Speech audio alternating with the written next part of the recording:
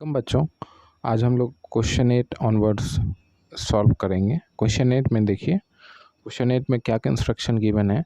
If set A has elements A, B and C. Set A में 3 elements हैं, ए, B और सी। तो आगे बोला है फाइंड पी ऑफ ए। अच्छा, पी ऑफ ए का क्या मतलब है कि आपको सेट ए का पावर सेट निकालना है। पावर सेट मतलब क्या होता है? पावर सेट मतलब होता है कि आपको इस सेट का ऑल पॉसिबल सबसेट निकालना है। जितना भी सबसेट इस सेट का बन सकता है, उस सभी को जब हम एक सेट में अरेंज कर देते हैं तो वो उस सेट का पावर सेट कहलाता है। और उसको रिप्रेजेंट कैसे करते हैं? पी और ब्रैकेट में उस सेट का नाम। जैसे यहाँ पे सेट का नाम ए है तो पी ऑफ ए। ठीक है, ये बात आपको क्लियर हुई। तो बात आगे बोलता है find P of A and N of P of A. अच्छा, N of P of A मतलब क्या हुआ कि उस पावर सेट ए का जो पावर सेट निकलेगा, उस पावर सेट में कितने एलिमेंट्स है, जो टोटल नंबर ऑफ एलिमेंट्स है वही होगा N of P of A. ठीक है, तो चलो इसे सॉल्व करते हैं। चलिए आंसर देखेंगे। अब हमको पी ऑफ ए लिखना है। सबसे पहले पी ऑफ ए यानी पावर सेट लिखना है इसका। तो एक सेट के अंदर सारा इसका सेट लिखना है। तो देखो, सबसे पहला तो एम्प्टी सेट हो जाएगा। फिर एक ऐसा सेट होगा जिसमें सिर्फ ए एलिमेंट है। फिर एक ऐसा सेट होगा जिसमें कि सिर्फ बी एलिमेंट है। फिर एक ऐसा सेट होगा जिसमें कि सिर्फ सी एलिमेंट है। ठीक है, इंडिविजुअल कर लिया। अब दो दो का पेयरिंग करो। एक ऐसा सेट होगा जिसमें ए और बी दो ही एलिमेंट है। एक ऐसा सेट होगा जिसमें बी और सी दो ही एलिमेंट है। एक ऐसा सेट होगा जिसमें ए और सी दो ही एलिमेंट है। ठीक है, और उसके बाद फाइनली एक ऐसा सेट होगा जिसमें कि तीनों एलिमेंट है, ए, बी और सी। ये आपका कंप्लीट हो गया P of A. P of A में कितने एलिमेंट्स हो गए? 1 2 3 4 5 6 7 8 8 सबसेट इसका टोटल पॉसिबल था। और ये 8 एलिमेंट्स को जब एक सेट में रख दिए तो पी ऑफ ए आ गया, यानी पावर सेट ऑफ ए आ गया। अब हमें क्या बोला है? एन ऑफ पी ऑफ ए। तो वैसे हम लोग ने अभी काउंट कर लिया है, इसकी वैल्यू कितनी आई? 8। आप चाहे तो डायरेक्ट लिख सकते हो, नहीं तो आप क्या कर सकते हो, एक फॉर्मूला भी होता है total number of power set calculate करने का। उसका क्या होता है? 2⁻m। अब ये m क्या है? m जो है वो है नंबर ऑफ एलिमेंट। m क्या है? Number of element.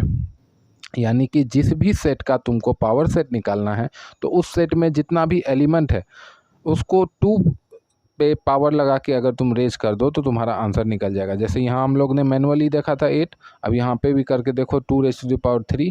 तो इसका मतलब क्या हुआ? 2 × 2 तो यहाँ से भी 8 निकल के आता है। ठीक है बेटा, तो दोनों वे से आप निकाल सकते हो, चाहे काउंट कर लो चाहे फार्मूला से निकाल लो। ठीक है, चलिए आगे बढ़ते हैं 9th क्वेश्चन की तरफ।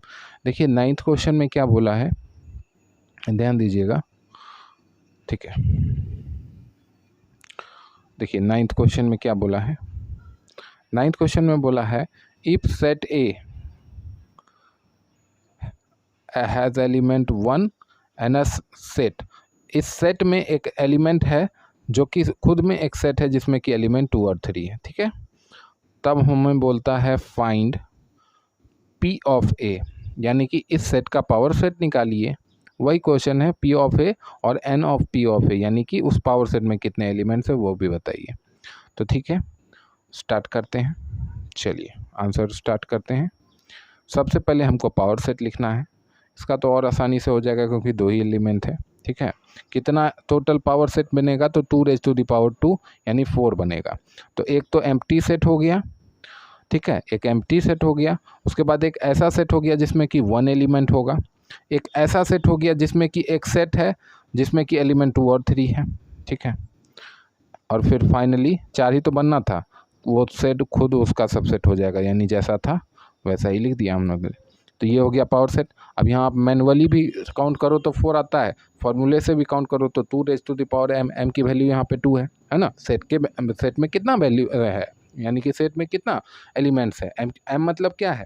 Total number of elements. तो सेट में 2 था तो 2⁻2 करोगे तो भी m आएगा।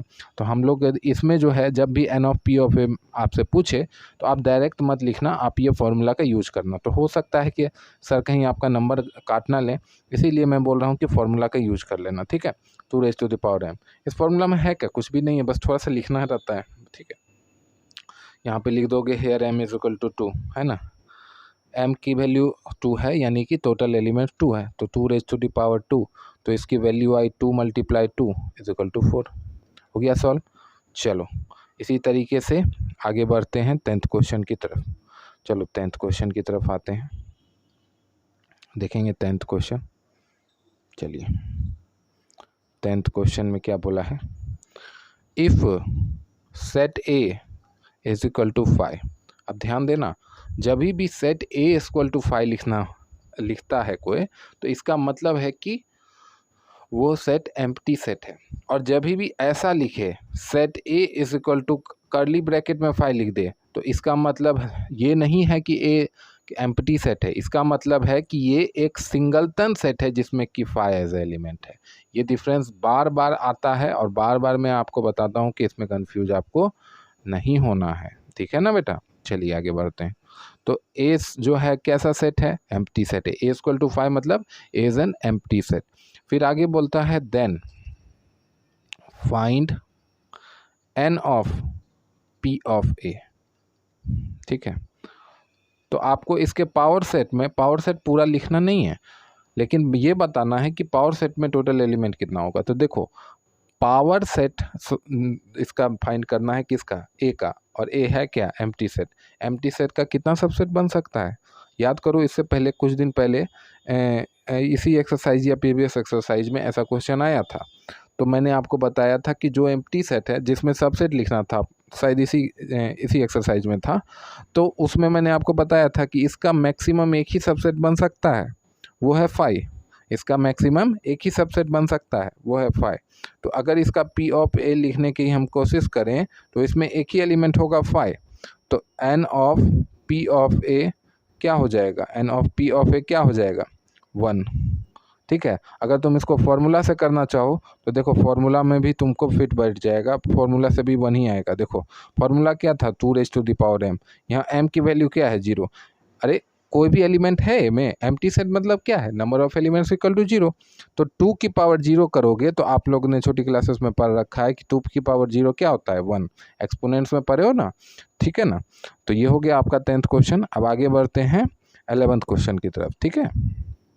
चलिए इसी तरीके से 11th क्वेश्चन भी कर लेते हैं, देखिएगा। क्वेश्चन नंबर 11th क्वेश्चन में क्या बोला है, if set A has elements 1, 3, 5 and set B has elements 2, 4, 6 and capital C set has elements 0, 2, 4, 6, 8, then find the universal set. अच्छा यूनिवर्सल सेट क्या होता है, यूनिवर्सल सेट जो है वो सुपर सेट होता है। जैसे सब सेट होता है वैसे सुपर सेट होता है, यानी ए बी और सी का ऐसा सेट होगा जिसमें ए का सारा एलिमेंट होगा, बी का सारा एलिमेंट होगा, सी का सारा एलिमेंट होगा। तो इससे आसान क्वेश्चन तो कुछ होता नहीं है, बस रेपिटिशन का ध्यान रखिएगा कि रिपीट नहीं करे। तो यूनिवर्सल सेट को हम लोग कुछ ऐसे डिनोट करते हैं, ठीक है। अब देखिए ए में क्या है 1, 3, 5, तो 1, 3, 5 यहाँ पे लिख लेंगे। तो हम ऐसा करते हैं कि ये जो है देखो एक काउंटिंग नंबर के फॉर्म में लिखा हुआ है 0, 1, 2, 3। तो 0 सबसे पहले आया तो 0 लिख लिए, फिर 1 आता है, फिर 2 आया, फिर 3 आया, फिर 4 आया, एक भी जगह कहीं मिले लिख दो, 6 आया। देखो 7 तीनों में कहीं नहीं तो कहीं नहीं लिखेंगे, फिर 8 आया। तो ये आपका यूनिवर्सल सेट हो गया जिसमें कि कितने एलिमेंट्स हो गए, 7 एलिमेंट्स हो गए, ठीक है बेटा। तो ये तो आपका 11th क्वेश्चन भी हो गया। इसी तरीके से अब आते हैं 12th क्वेश्चन पे, इसमें कुछ प्रूव करने बोल रहा है, ठीक है। अच्छा क्वेश्चन है, आपका जो कॉन्सेप्ट है सेट्स का वो यहाँ पे टेस्ट किया जाता है कि आप कितना समझे हो सेट्स को। तो देखिए 12th क्वेश्चन में बोला है prove that A is subset of B, B is subset of C and C is subset of A. This implies A is equal to C. अब ये जो है मैक्सिमम बच्चे इस क्वेश्चन को समझ ही नहीं पाते हैं कि प्रूव करना क्या है। वो सोचते हैं कि A is subset of B भी प्रूव करना है, बी इज सबसेट ऑफ सी भी प्रूव करना है, सी इज सबसेट ऑफ ए भी प्रूव करना है और ए इज इक्वल टू सी भी प्रूव करना है। अगर तुमको सब प्रूव करना ही है तो तुम कैसे करोगे प्रूव करने के लिए कुछ आपको इन्फॉर्मेशन देगा तभी तो करोगे ना प्रूफ। 9th-10 में जो तुम ज्योमेट्री का प्रूफ करते थे, अगर सब कुछ तुमको प्रूफ ही करने देते, तुम्हारे पास कोई इन्फॉर्मेशन नहीं दे तो तुम नहीं कर पाते थे प्रूफ, याद करो। तो यहाँ पे भी बस आपको इंग्लिश में लिखा नहीं है, लेकिन ये बोला है कि अगर समझो ये ऐसे स्टेटमेंट जब भी आए सेट में, ठीक है, ऐसे स्टेटमेंट जब भी आए सेट में तो आपको इसको पढ़ना कैसे है, इंटरप्रेट कैसे करना है, ये समझो कि प्रूव दैट, ठीक है, प्रूव करो कि अगर ये जब लिखा हुआ रहता है तो इससे पहले वाला चीज़ जो है वो एज ए इंफॉर्मेशन दिया हुआ है। तो ये बोल रहा है कि अगर ए बी का सबसेट है, बी सी का सबसेट है और सी ए का सबसेट है, ये सब जो है तुमको इन्फॉर्मेशन की बने, ये सब तुमको प्रूव नहीं करना है, ये सब पहले से ट्रू है, पहले से हो चुका है। ए सबसेट है बी का, बी सबसेट है सी का, सी सबसेट है ए का। आपको प्रूव बस इतना करना है कि ए जो है वो सी के बराबर है, इन तीनों इन्फॉर्मेशन का यूज करके। बात क्लियर है? चलो सॉल्व करना शुरू करते हैं। कैसे करेंगे? देखो हमको क्या क्या गिवन है पहले देखो। A is subset of B and B is subset of C. अब ए सी सबसेट ऑफ ए भी यूज करेंगे। अभी इन दोनों से एक रिलेशन निकलेगा। देखो ए बी का सबसेट है, बी सी का सबसेट है। इससे क्या मतलब हो रहा है कि A is subset of B and B is subset of C, ठीक है ना। मान लो कि ए में 1 2 है, बी में 1 2 3 है, ठीक है, और सी में 1 2 3 4 है। तो ए बी का सबसेट हुआ, बी सी का सबसेट हुआ, तो A is subset of B, B is subset of C, ठीक है। अब इससे क्या पता चलता है? इससे क्या पता चलता है कि A is subset of C. अगर ए बी का सबसेट है, बी सी का सबसेट है, तो A is subset of B, B is subset of C, तो A is subset of C. ये पहला रिलेशन निकल के आया। A is subset of C, A is subset of C, ठीक है। ये पहला रिलेशन इक्वेशन 1 हो गया, ठीक है। अब आगे बढ़ते हैं। अब आगे क्या बढ़ेंगे तो सुनो। अब एक और हमारे पास गिवन था। क्या गिवन था? कि सी इज सबसेट ऑफ ए। अब इसका यूज करेंगे बेटा। देखो ये हो गया तुम्हारा इक्वेशन नंबर 2, ठीक है। ये इक्वेशन नंबर 1 हो गया, ये इक्वेशन नंबर 2 हो गया। अब इन दोनों से एक रिजल्ट हम लोग डिड्यूस करेंगे। क्या? देखो बाय सेट थ्योरी, यानी कि सेट थ्योरी के अकॉर्डिंग जब भी 2 सेट्स आर प्रॉपर सबसेट। अच्छा, प्रॉपर सबसेट क्या होता है? जब दोनों में सेम नंबर ऑफ एलिमेंट्स हो, यानी कि सेम नंबर ऑफ एलिमेंट्स हो, यानी कि नंबर ऑफ एलिमेंट्स दोनों में सेम हो और एग्जैक्टली जो एलिमेंट्स है वो भी सेम हो, तब होता है प्रॉपर सबसेट, नहीं तो होता है इम्प्रॉपर सबसेट, है ना। तो प्रॉपर सबसेट तब होता है by set theory 2 sets are proper subset of each other, proper subset of each other only when both sets are equal, only when both sets are equal। तो ये तभी हो सकता है जब दोनों सेट इक्वल हो। देखो ए इज सबसेट ऑफ सी हो गया, सी इज सबसेट ऑफ ए हो गया।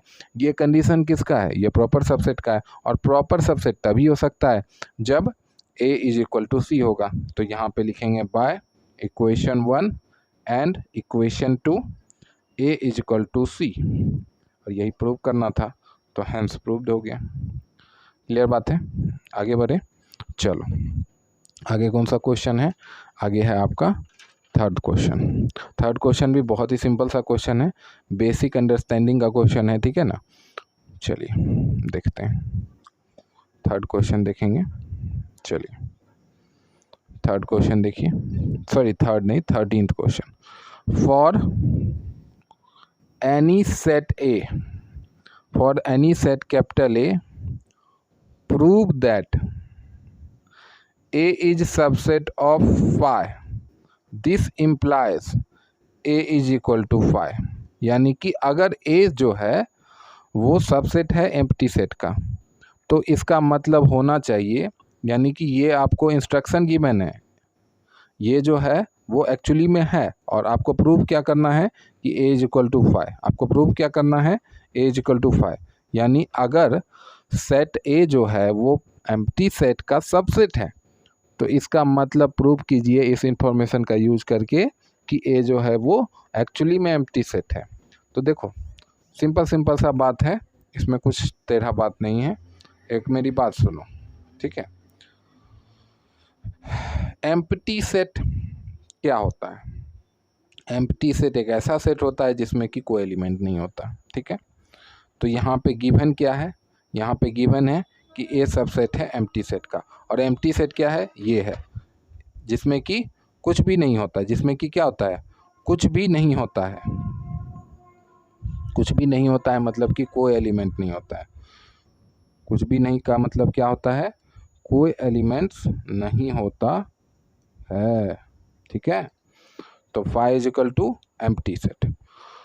तो ए जब सबसेट है 5 का, तो ए में जब एम्प्टी सेट में कुछ नहीं होता है तो ए में भी कुछ नहीं होगा, ठीक है। तो दिस मीन्स